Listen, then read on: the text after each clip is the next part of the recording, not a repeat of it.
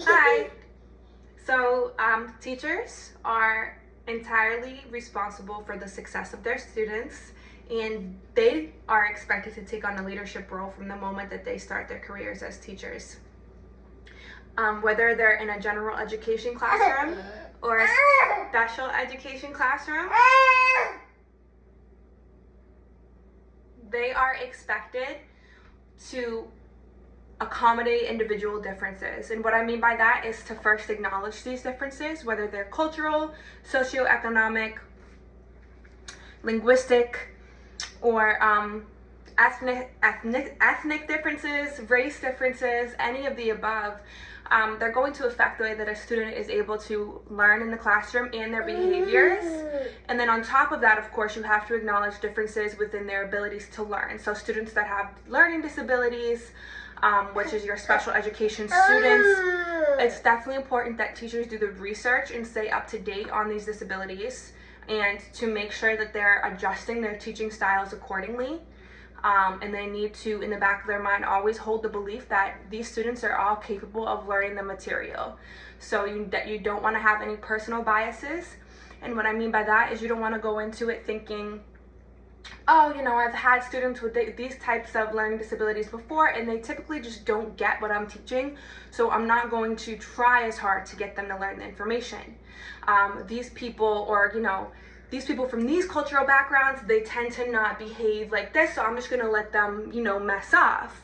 We do not, want to bring that into the classroom, because you're kind of putting your student at a disadvantage from the beginning, because you're not gonna give them the same opportunities to learn if you're already changing, if you're not adapting your teaching style to kind of help them, and you're just kind of letting them, you're kind of just giving up on teaching them the information, because you don't know what a student is capable of until you give them the opportunity. So you never want to have biases.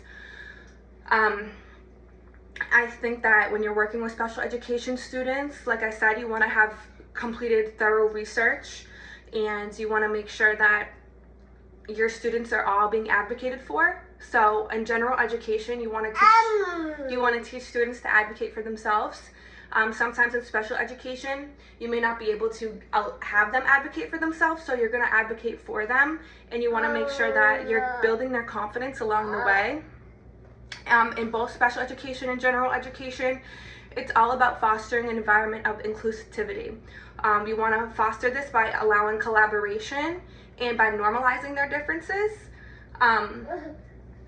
Really just being understanding and setting the tone for your students is so important.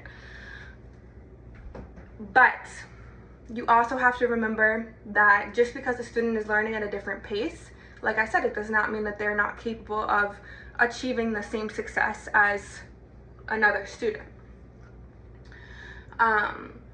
Student-driven data should always be something that's being implemented. It can be evaluated in collaboration with other teachers, which is so important, because you're going to get other perspective. Not only that, but some teachers may have more experience than you, and they just have something that they can bring to the table to help you with your teaching style. When you're teaching material, you always want to make sure that you're teaching it in a way that it can relate back to the students' experiences, because this is going to be more malleable for the students. They're going to get more out of the experience, and they're going to get more out of the experience if you show up enthusiastic and ready to teach. They're going to show more interest in the topics that you're teaching as well.